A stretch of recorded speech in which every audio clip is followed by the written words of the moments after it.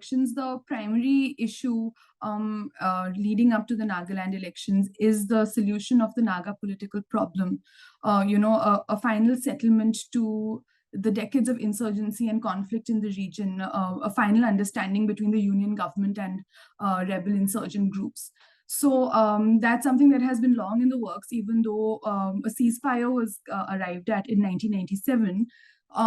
Even before the last elections, it had been a raging issue when different stakeholders, including political parties, the church and student organizations, had called for a complete boycott of the elections.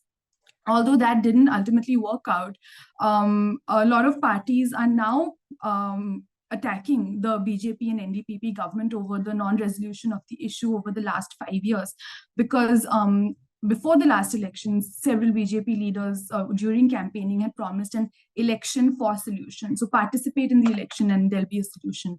So since 5 years later, the state still hasn't seen a resolution, a final resolution of the issue. It continues to be at the top of the agendas and the manifestos of most political parties.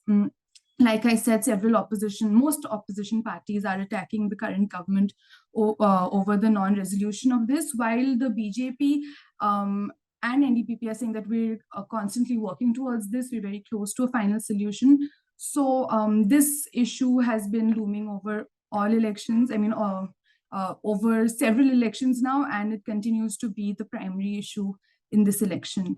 The second major issue is the question of development of the 6 eastern Nagaland districts. So this became a burning issue in the run-up to these elections, because last year, the Eastern Nagaland People's Organization had called for a boycott of this election, demanding a separate state for these 6 districts called Frontier Nagaland. And there had been extended negotiations with the Union Home Ministry. And in the last minute, they pulled out of the boycott call. And so the reason they've been demanding a separate state is over the lack of development. There is considerable differences in the level of development between this region and the rest of the state.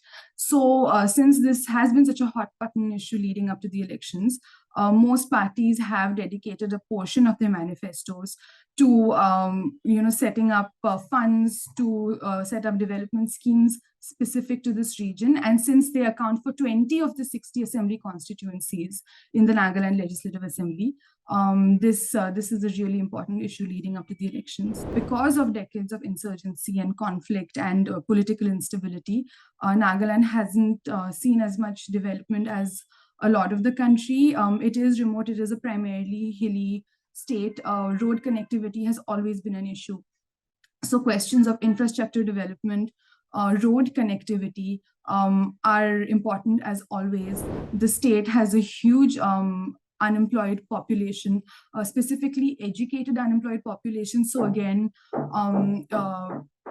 schemes promoting entrepreneurship and skill development are continuing to be important issues leading up to this election.